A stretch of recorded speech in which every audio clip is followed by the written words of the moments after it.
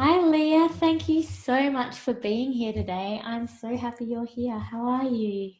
I'm good. Thanks for having me. So happy to be here. I would love to start by you just jumping in and sharing who you are, what your legacy is. Yeah, absolutely. So I am Leah Steele and I am a wealth consciousness coach. Um, Really, I guess my divine mission work on this planet is to emancipate as many people as possible from financial slavery consciousness and expose the global financial agenda and help people really step into claiming their divine birthright, which I believe is to be wealthy in all areas of their lives. So that is primarily what I do. And I'm also known as the Wealth Witch.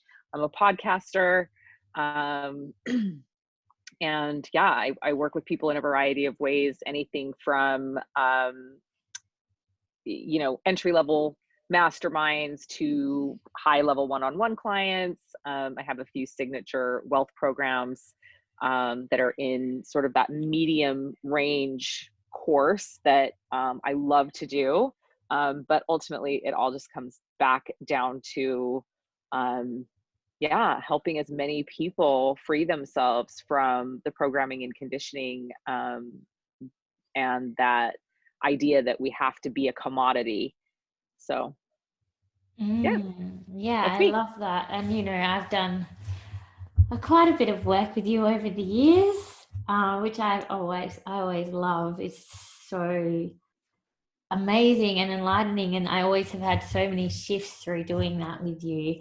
And how did you get into wealth work and becoming the wealth witch? Yeah, I mean, I think that for me, I've always wanted to have money. I mean, since I was a little girl, I wanted to be rich. And so I started working as quickly as I could. And, I've been very, very successful in several careers over my life. And when I became an emotional clearing practitioner, it sort of naturally was my inclination to want to clear and figure out all the hacks to creating more abundance in my life. And so I sort of used myself as a guinea pig. And then once that once I finished, kind of taking myself through the process, I started taking other people through and helping them, clear their programming around money, wealth, and abundance. And I just began to see these huge, tremendous shifts in my clients. And I actually was dubbed the Wealth Witch by a client, and I never really intended for that to be the thing. But, when it, your purpose becomes so clear that it's unavoidable, you move in that direction. So, yeah. Yeah, I love that. Um, and why do you think so many people struggle to get on top of their wealth consciousness and their mindset? Because we're programmed to live in lack and scarcity. So, the global there are a few elite people that run the global financial agenda, and the global financial agenda does not work. All of those systems and structures that have been put in place, from our governments to our banking systems, those things do not work if we are empowered and we are not conditioned. And so from the time we take our first breath on this planet, we are programmed and conditioned to behave as commodities. And we essentially are in a form of slavery from a very, very early age, where we are programmed to believe that we have to operate a certain way inside this system. And the thing that keeps us in that place where we're continuing to generate revenue for the global financial agenda is by keeping us in lack and scarcity. And so even in the places where they're giving us some false hopes in, being able to get job promotions, or, being able to make a fair wage or fair salary, ultimately it all comes down to the paying of the taxes, the paying of high interest rates, to serve, to support that global agenda. And is that, so does that come down to as well, like having the 9 to 5 job and being like, because I feel like for me, I was always taught to get a stable government job and work really hard so I could retire. And then that was my life. And I was like, well, is that really life? Is that what you're talking about? Yeah, absolutely. I think that idea of, go to university so that you can get a good job, so that you can go earn a wage or salary, so that you can pay your taxes to the government, so that you can put a little bit of money away, so that you can retire. That's definitely all part of that programming. Yeah, I mean, I've got a master's degree and I have done nothing with any of my university studies at all. So what's the dream? Like how do we escape this? How do we decondition ourselves? Yeah, I mean, I think the very first step is to begin to question everything. There are many things that we believe just are because we've just always been told that they are that thing. And so the thing that I tell my clients to do is begin to question everything and ask yourself, if this thing that I believe is just an absolute truth was actually a lie, who would benefit from me believing that this was true? And to do that in all areas of your life, it really is being in that state of constant questioning and curiosity about everything in our lives that we've been taught to believe is true, that begins to deconstruct that programming and break down this facade. Could you give like a specific example? Well, for example, that you need to go to university. Mm-hmm. And, and I know in certain parts of the world, like university is free, but in the United States, where I am from, going to university, you go to university at all costs, and you can't afford university. So you get student loans that you pay interest on to go get a job that you then pay tax on your wage. So if you didn't really actually need to go to university, who would benefit from you believing that that is absolutely the path that everyone who's going to be successful must take? That's such a good question. That's such a good point and such a good question, because I mean, it's pretty scary to think about.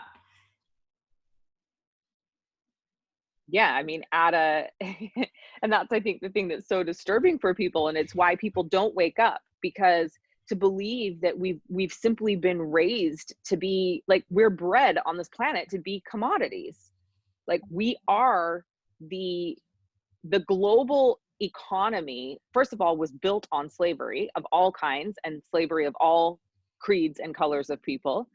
So this global economy that exists right now was built on slavery, but it continues to still be built on slavery because it still uses the beings of this planet as a commodity, as a means to a financial gain or end. Yeah.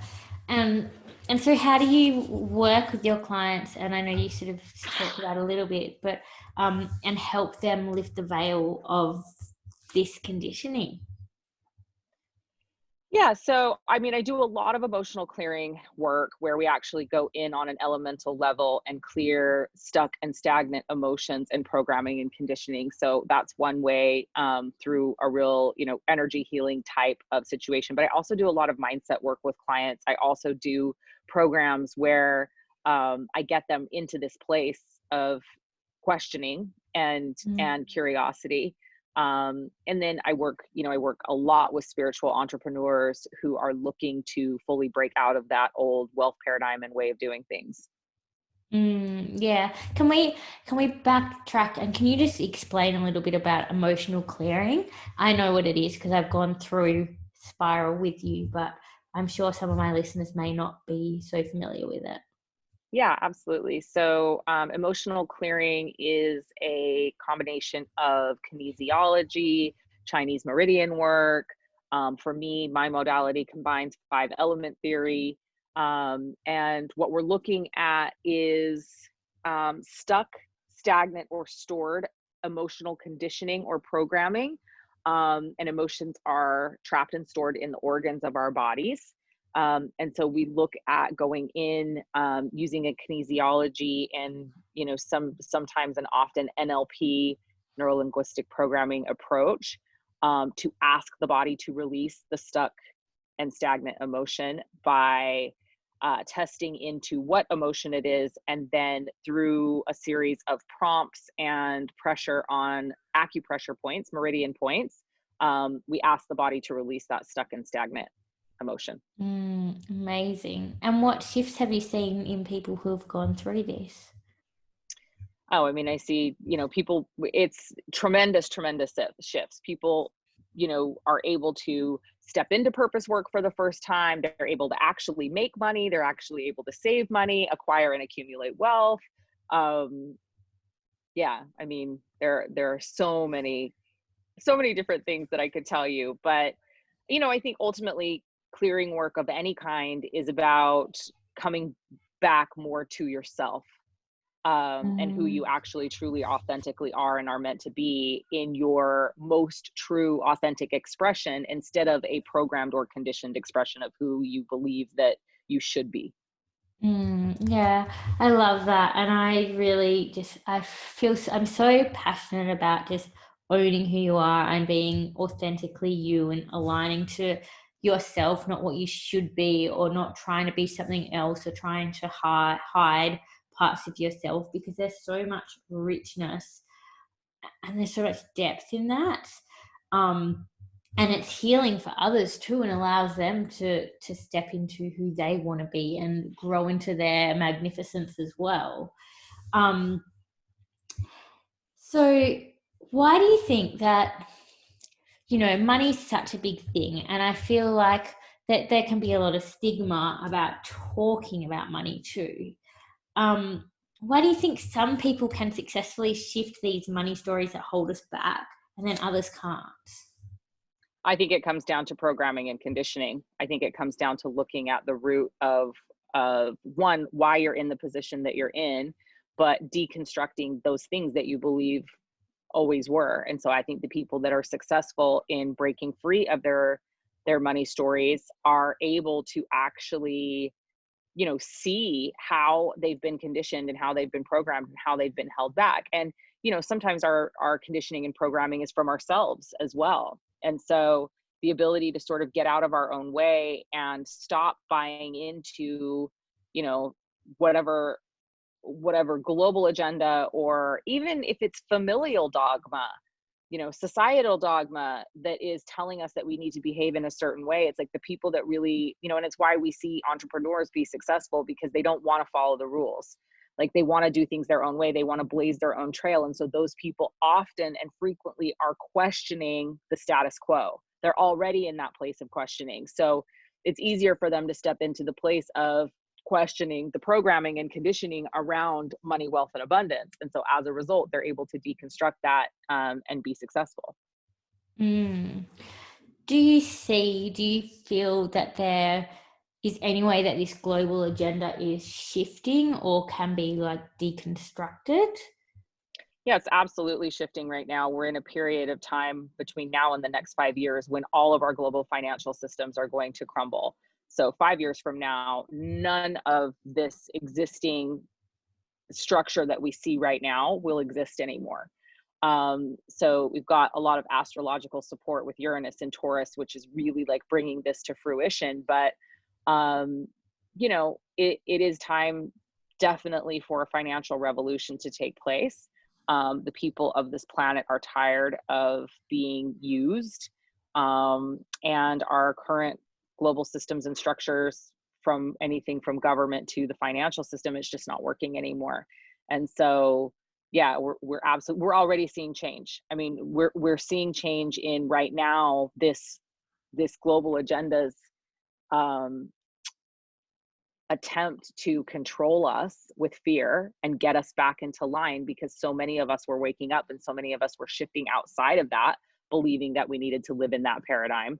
So you're seeing now some efforts to control and to get us back into alignment with where they want us to be, which is disempowered and in a place of fear and in lack and in scarcity. But these are, I believe, last ditch efforts that ultimately many of us will rise above. I think that certainly there are a lot of us that want to continue to buy into the beliefs and stories that we're powerless, and that it's our birthright to be controlled and take the handouts that we're given. And so some people, I think, will move into the new timeline and others won't, but certainly everything is changing and shifting right now. Because it's comfortable for people, right? Like to settle and to get the handouts and to just go along with whatever's been conditioned. It feels easy. Yeah, absolutely. And what do you want to see? Oh, I just want to see more people empowered to, not have to buy into the line that they're fed. I really want to see people embracing that they get to create their heaven on earth experiences on this planet.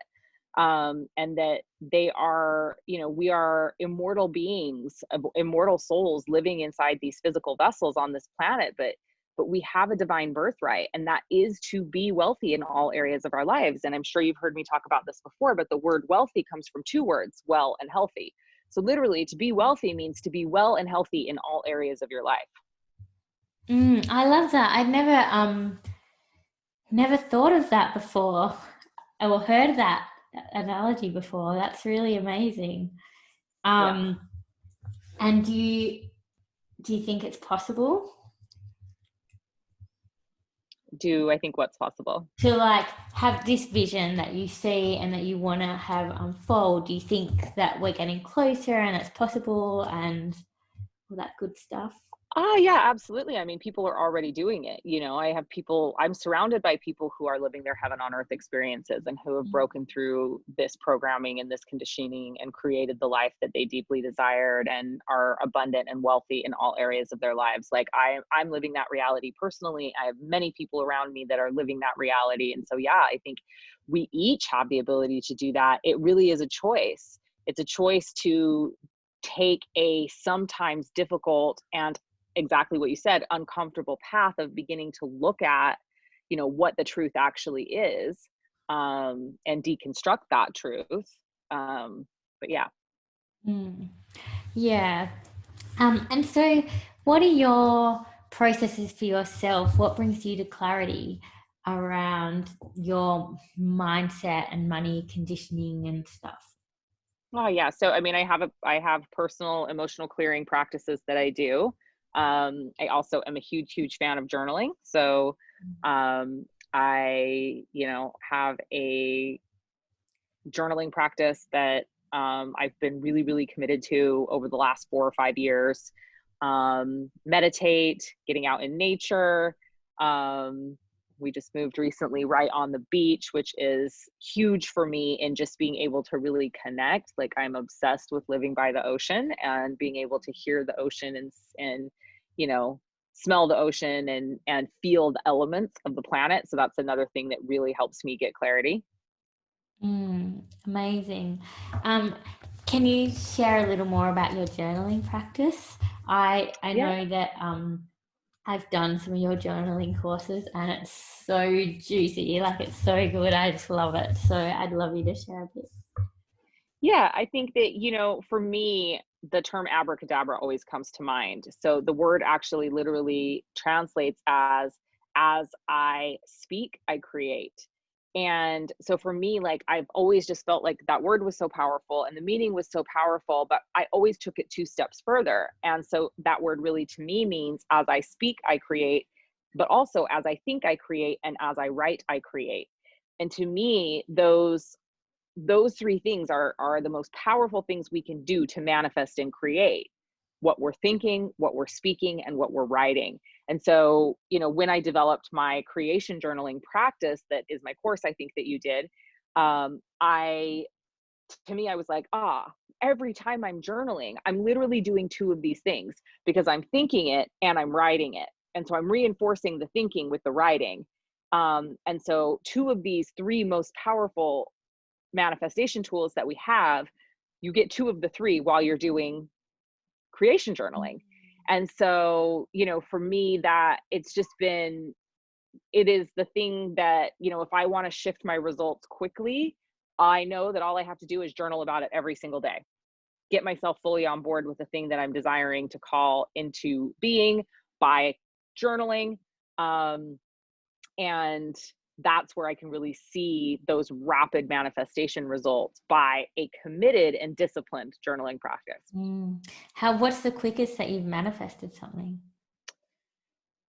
Oh, I've manifested things within an hour. Wow. You know, I at this point have honed my manifestation skills quite a bit. So I'm quite good at manifesting the things that I desire, but it has come from a practice of, you know, really getting myself into energetic alignment with my desires, but not only that, fully trusting and surrendering to source, that the universe is always conspiring in my favor, even if it may not look like it in the moment. And that I'm always being blessed with gifts from the universe. Yeah, and acknowledging those gifts with gratitude. So what is the most amazing thing that you have manifested in your life? Oh my gosh. It's so many things, like I don't even know, but I mean, the most recent thing is I went to a book writing retreat. We'd been looking for a villa here in Bali for a couple of years, and I just wasn't really clear on what I wanted. And so we'd seen like 250 villas, and none of them were right. None of them were right because I didn't actually know what I wanted. And I went to this book writers retreat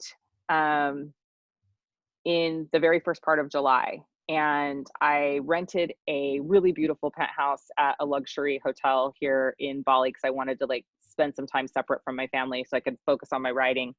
And this penthouse, the bedroom it was a 2-story penthouse, and the bedroom was facing the ocean and had this beautiful keyhole window. And when you woke up in the morning, you could hear and see the ocean. And so Sean came and picked me up that day, and I said, this is what I want. Like, this is what I want. I want a 2nd-story bedroom where when I wake up in the morning and sit up in bed, I can see and hear the ocean. And within 3 days, this villa was sent to us to look at. And literally, I'm sitting here talking to you right now from my bedroom, looking at from a 2nd-story bedroom, looking at the ocean. Wow, that's magic. That's so incredible. And that one wasn't even journaling. I mean, that was literally just like a decision. This is what I want. This is the type of villa that I want. Universe, deliver it to me. And within 3 days, it was delivered. And within 6 weeks, we were living here. So yeah, amazing. So sometimes manifesting can just be a decision. And I really love that. And do you factor, because I'm really just starting to explore my human design and get into that. Do you find that factors in a lot to your wealth consciousness? I don't know that it factors into my wealth consciousness, but it certainly factors into my day-to-day, who I am. And I mean, there's certainly aspects of human design. So people are either specific manifestors or non-specific manifestors. And so that certainly plays a role in how I manifest. But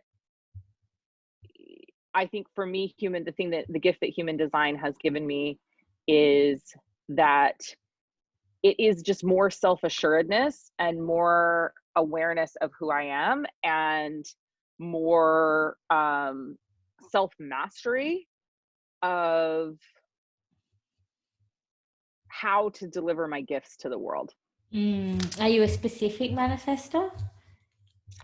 Yes, I'm specific. Oh, cool. I'm non-specific, which has given me like so much relief actually, because I was really just wanting to feel what I wanted to call in without having to get into the like nitty gritty. And so knowing Yeah. that has just like allowed me to relax into it and just feel, yeah, I love it. It's so Yeah. exciting. Um, so tell me what is happening for you now, and what's, oh, actually, before I ask you that, what's your favorite book and why? Oh my gosh. These questions, they're so hard. I love books. I love books. I have books everywhere. And it's so funny. In fact, a friend of mine came over yesterday and asked to borrow a novel because she was going up north to take a little vacation. And I was saying to my husband, I'm all, see, my suitcase of books that I brought with me to Bali has paid off. So I love books. Oh wow, my favorite book. It's such a hard question. It is a hard question. I actually, one of my favorite books that I've ever read is called Of Blood and Water, and it's by an African shaman named Malidoma Somé. And he tells the story of his tribe, the Dagara tribe in Africa, and it's so powerful because this tribe is very, very spiritual, and so spiritual that they literally live 1 foot in the spiritual. They exist 1 foot in the spiritual realm and 1 foot in the physical realm. And it's his story. It's an autobiography of his life growing up in the tribe, and it's just an incredible, very moving, very powerful book. So that's one, I guess, that I would Yeah, say. it's so fun. If you I want a wealth consciousness book, I recently just reread and I absolutely love Outwitting the Devil by Napoleon Hill. So Oh, cool. that's the wealth consciousness book suggestion. Awesome. It's so fun with books. I ask this question and then people tell me books and then I just end up buying them. And so Yeah. I have so many books and I have like 20 that I'm reading at once. I just jump. So that's me too. That's one of my the really difficult things for me is that I typically have about 15 going at a time. Mm-hmm. And, it's like, I feel like I only finish like one or two a year because I'm constantly picking up something else and then like reading part of it. And Yeah, so, yeah. I do exactly the same thing. And I try to do, like, there's a reading challenge on Goodreads, so I try to do that to help me finish books. But this year it hasn't been working at all. I'm not finishing them. Well, you're also managing a new baby and all the things. So I think you get a pass. Thank you. And so who's been your greatest teacher? Oh, wow.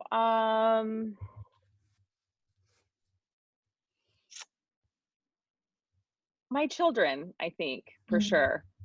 Yeah. And my youngest in particular, I think, he just continues to teach me things every single day about myself, about the world, about this next generation of beings on this planet. So I would definitely say my 6-year-old Jack has been my greatest teacher. Amazing. He's such a gorgeous little like personality. I loved when he did a video call with my little one. It Oh, yeah. was a long time ago now, but it was so cute. Um, and so what's next for you? What's next for me? Well, career wise, or I'm not, what's Oh, next for well, me? so Like, I what's get, your, yeah, I mean, I guess in terms of career is what I was probably thinking. But whatever just drops in, I guess. yeah. So, I have so many amazing things happening right now in my career. We started the podcast this year and that's been really, really successful. And I'm loving that and really, really enjoying that. So definitely we'll be continuing to do that for the indefinite future. And I am launching my emotional clearing modality, and I am taking my first round of practitioners beginning on September 9th. So that is probably the biggest thing that's happening for me this year that I'm really, really excited about. I've got I will have 10 incredible practitioners in that program by December of this year. So far, we're taking them in phases. So it's already sold out, and I'm just really, really looking forward to having a bunch of amazing practitioners out there doing my energetic clearing modality. So yeah, I think that's it. More of the same, more wealth programs, you know, another round of my signature wealth program that you did, Ouroboros, at the end of the year, another round of that. So yeah, just more Amazing. continuing to show up and shed the light and help So, people step into their power. so what's your energy clearing practice called? Elemental Emotional Resonance Clearing, or Amazing. EERC for short. Cool. I'll have to make sure that people keep their eye out for that. It sounds so awesome. And so, is there any final thoughts you have before we close off? Oh, I don't know. I think just to tell your listeners that, you know, you're worthy and you're deserving of being wildly financially abundant in your life. And so, you know, begin to question anything that's keeping you from that, and really step into and claim your divine birthright on this planet, which is to be wealthy in all areas. Thank you so much. And so, how can people connect with you? What offers do you currently have right now that people could maybe jump into? Yeah, I am at the Leah Steele on all the social medias. So I'm easy to find that way. And my podcast is the Wealth Witch podcast. So you can certainly come over and take a listen to that.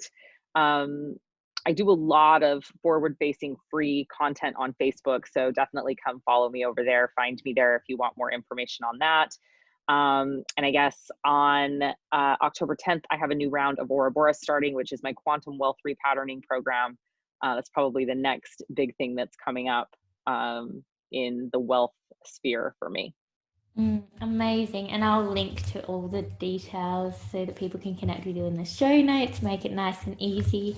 Thank you so much for being here today. I love talking to you. I just love your energy and everything that you share. Just could listen to you talk forever. So thank you. Thank you. It's so great to be here. Right, have a great day. Thanks.